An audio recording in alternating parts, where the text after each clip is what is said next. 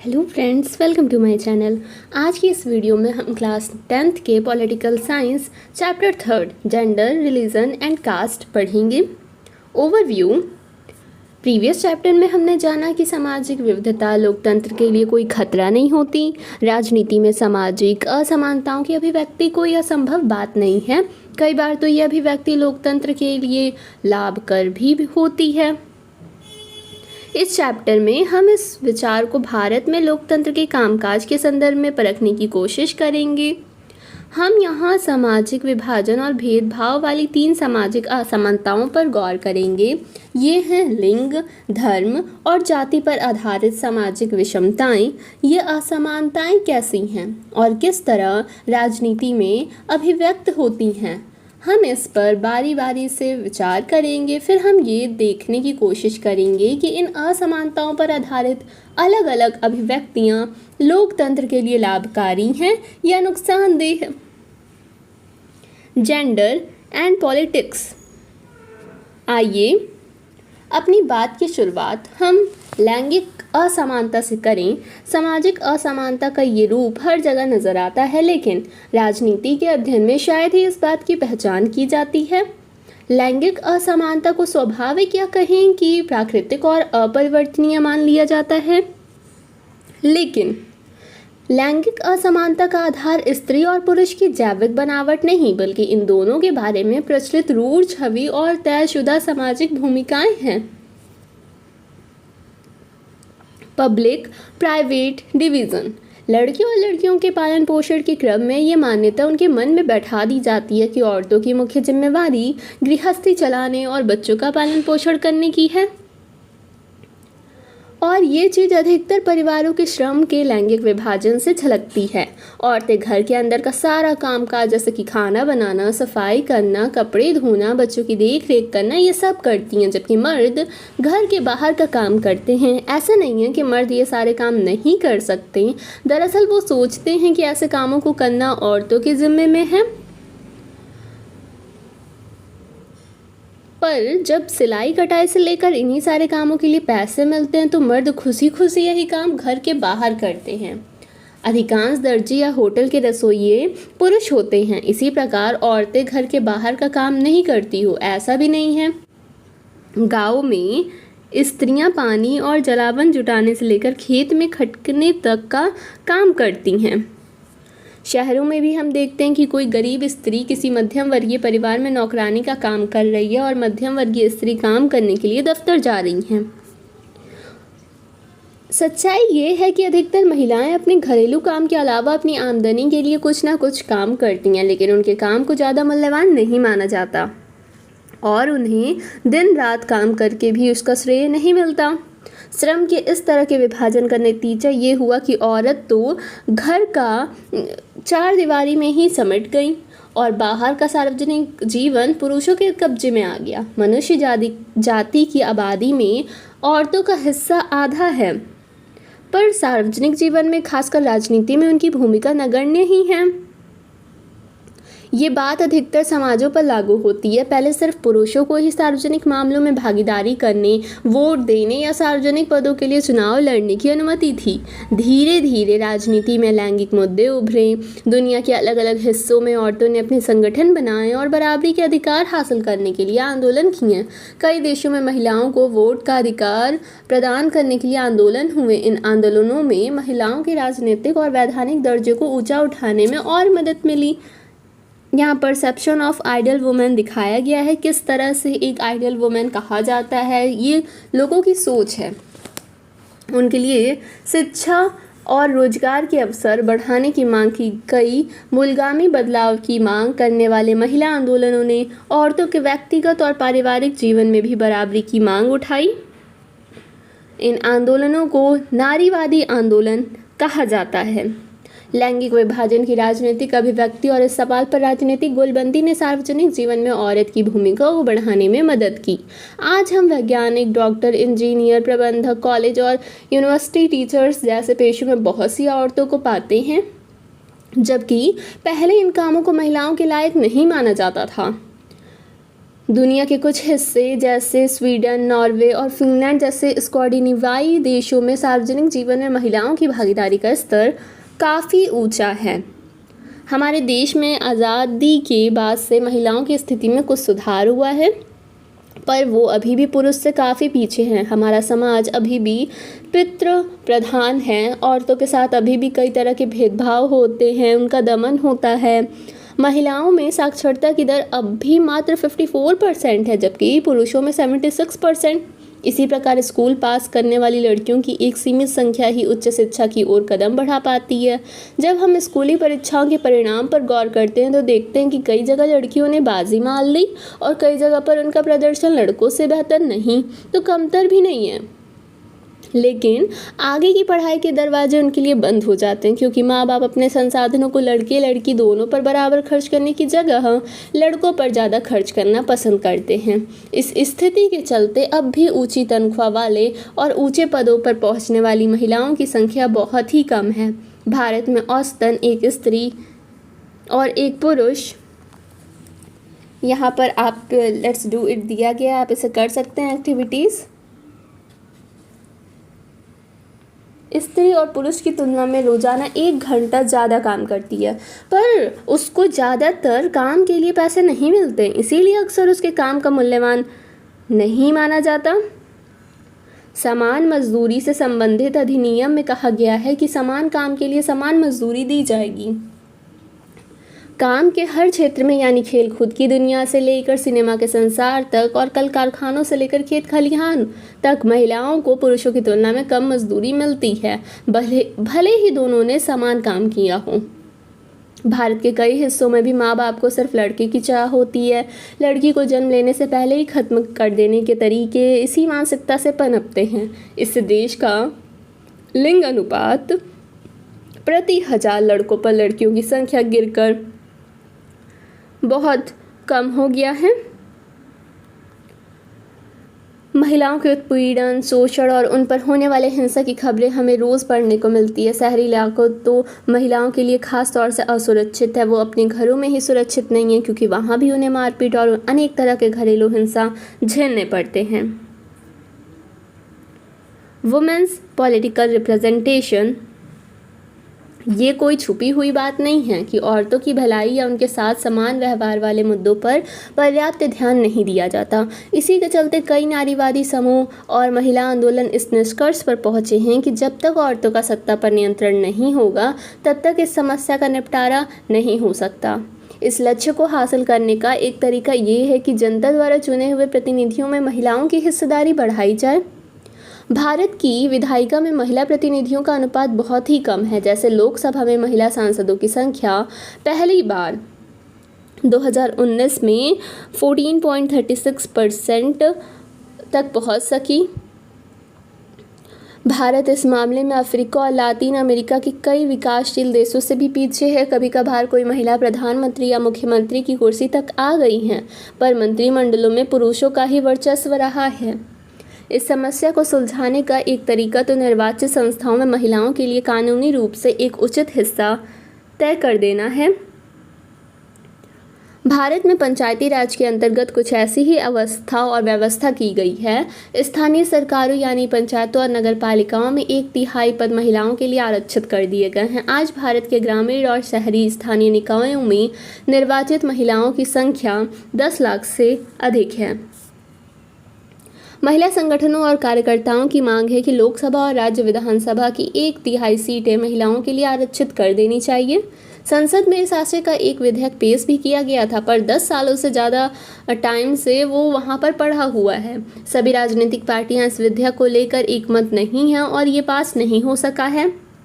लैंगिक विभाजन इस बात की एक मिसाल है कि कुछ खास किस्म के सामाजिक विभाजनों को राजनीतिक रूप देने की ज़रूरत है। इससे ये भी पता चलता है कि जब सामाजिक विभाजन एक राजनीतिक मुद्दा बन जाता है तो वंचित समूहों को किस तरह लाभ होता है। क्या आपको लगता है कि अगर महिलाओं से भेदभाव भरे व्यवहार का मसला राजनीतिक तौर पर ना उठता तो उनको लाभ मिल पाना संभव था? Religion, communalism and politics.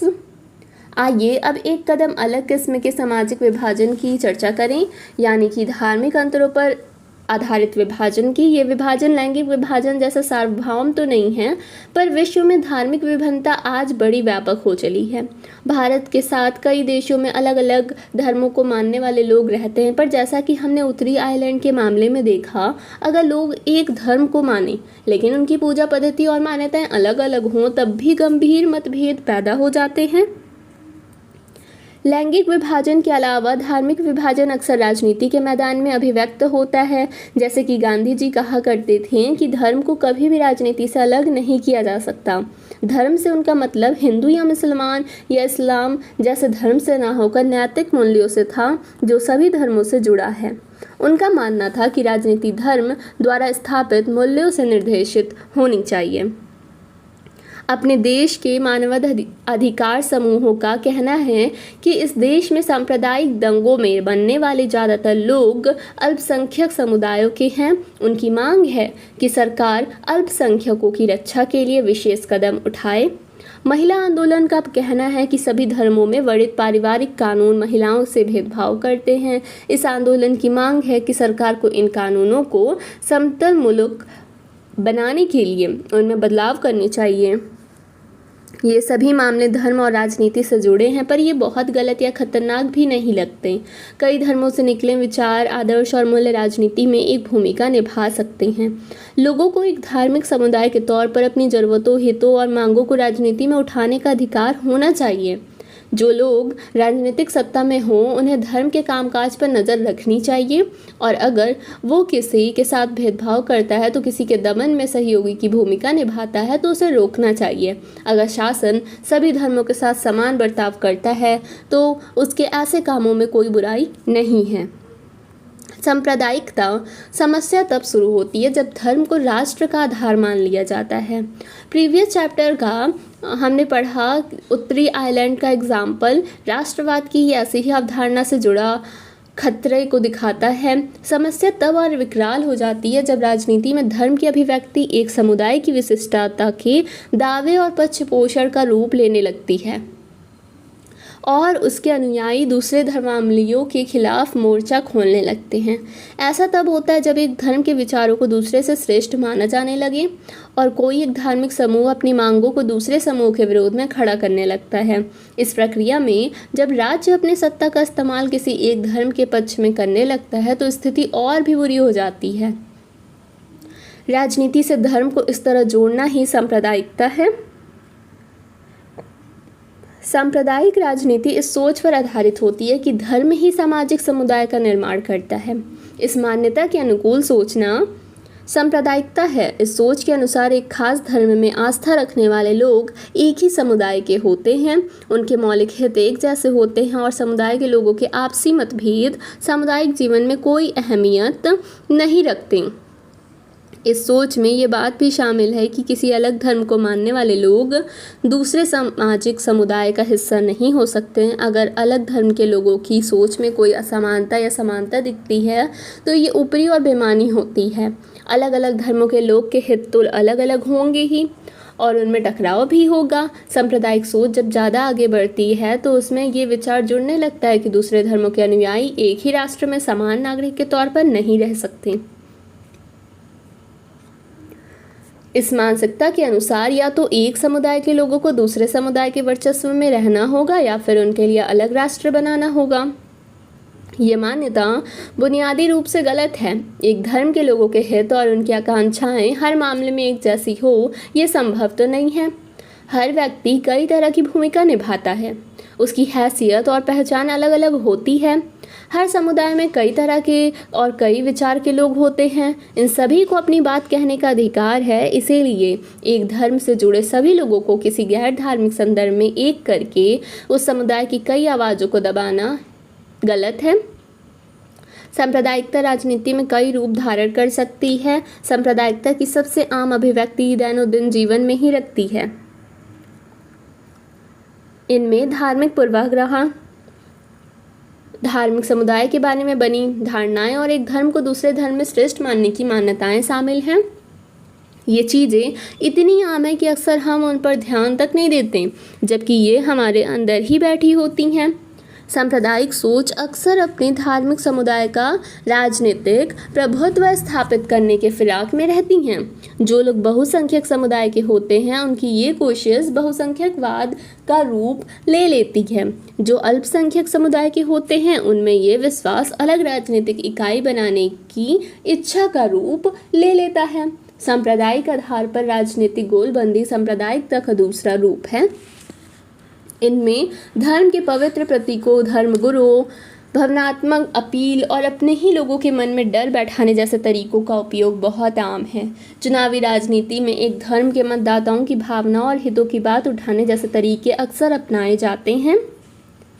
कई बार सांप्रदायिकता सबसे गंदा रूप लेकर संप्रदाय के आधार पर हिंसा, दंगा और नरसंहार कराती है। विभाजन के समय भारत और पाकिस्तान में भयावह सांप्रदायिक दंगे हुए थे।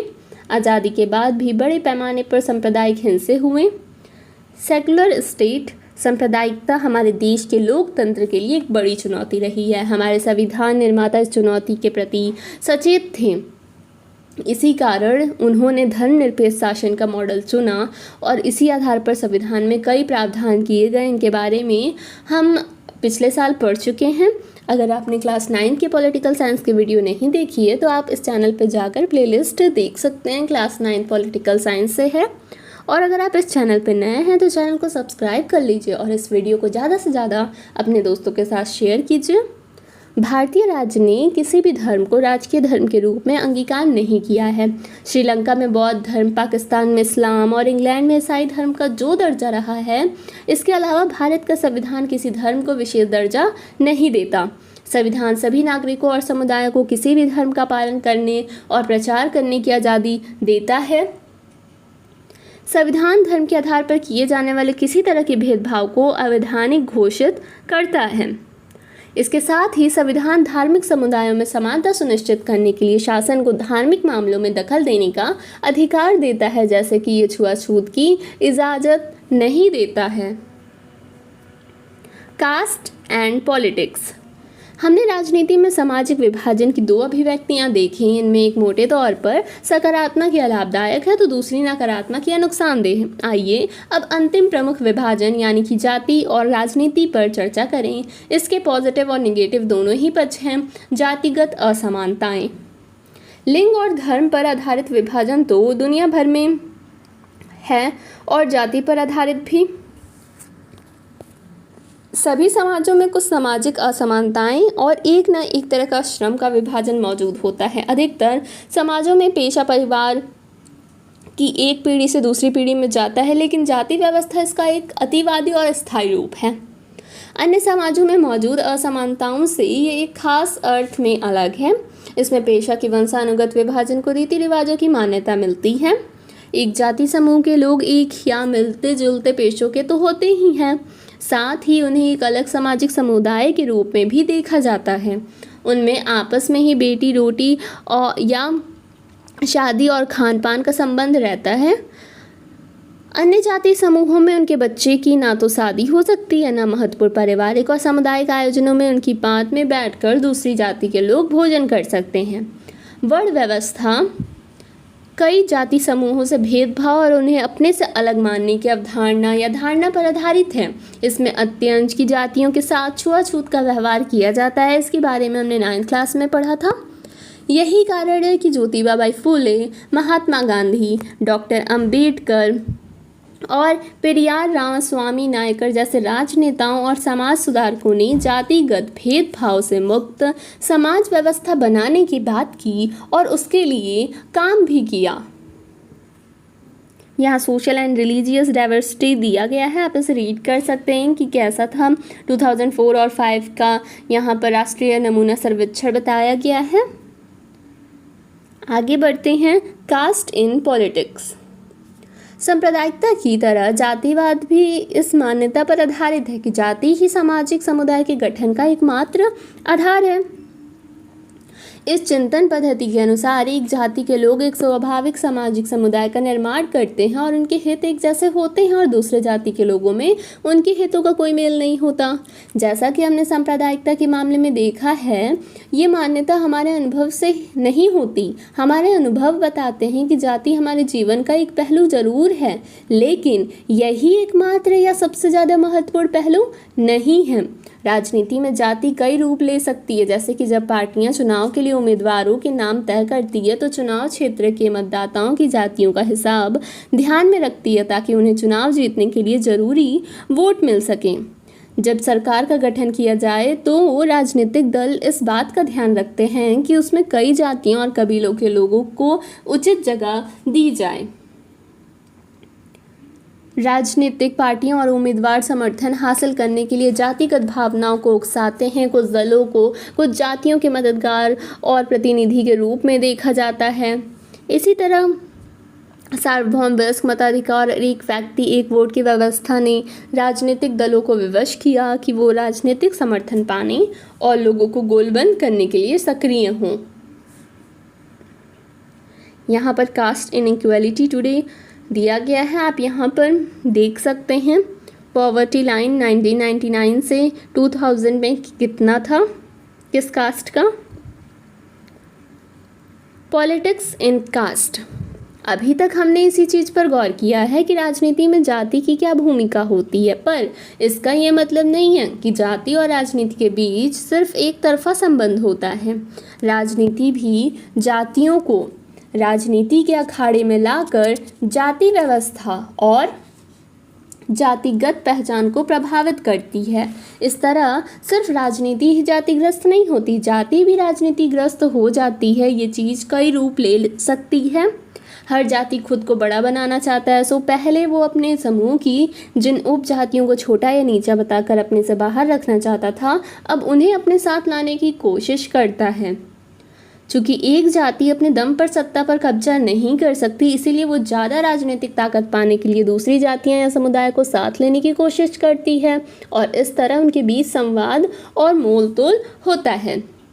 राजनीति में नए किस्म को जातिगत गोलबंदी भी हुई है, जैसे कि अगड़ा और पिछड़ा। इस प्रकार जाति राजनीति में कई तरह की भूमिकाएं निभाती है। Backward forward.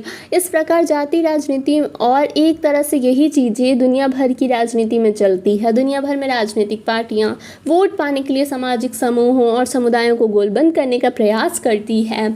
कुछ खास स्थितियों में राजनीति में जातिगत विभिन्नताएं और असमानताएं वंचित और कमज़ोर समुदायों के लिए अपनी बातें आगे बढ़ाने और सत्ता में अपनी हिस्सेदारी मांगने की गुंजाइश भी पैदा करती है। इस अर्थ में जातिगत राजनीति ने दलित और पिछड़ी जातियों के लोगों के लिए सत्ता तक पहुंचने और निर्णय प्रक्रिया को बेहतर ढंग से प्रभावित करने की स्थिति भी पैदा की है। कई पार्टियां और गैर राजनीतिक संगठन खास जातियों के खिलाफ भेदभाव समाप्त करने, उनके साथ ज़्यादा सम्मानजनक व्यवहार करने, उनके लिए ज़मीन जायदाद और अवसर उपलब्ध कराने की मांग को लेकर आंदोलन करते रहे हैं। पर इसके साथ ही ये भी सच है कि सिर्फ जाति पर जोर देना नुकसानदेह हो सकता है। जैसा कि धर्म के मसले से ये स्पष्ट होता है कि सिर्फ जातिगत पहचान पर आधारित राजनीति लोकतंत्र के लिए शुभ नहीं होती। इसीलिए अक्सर गरीबी, विकास, भ्रष्टाचार जैसे ज़्यादा बड़े मुद्दों से लोगों का ध्यान भी भटकता है। कई बार जातिवाद तनाव, टकराव और हिंसा को भी बढ़ावा देता है।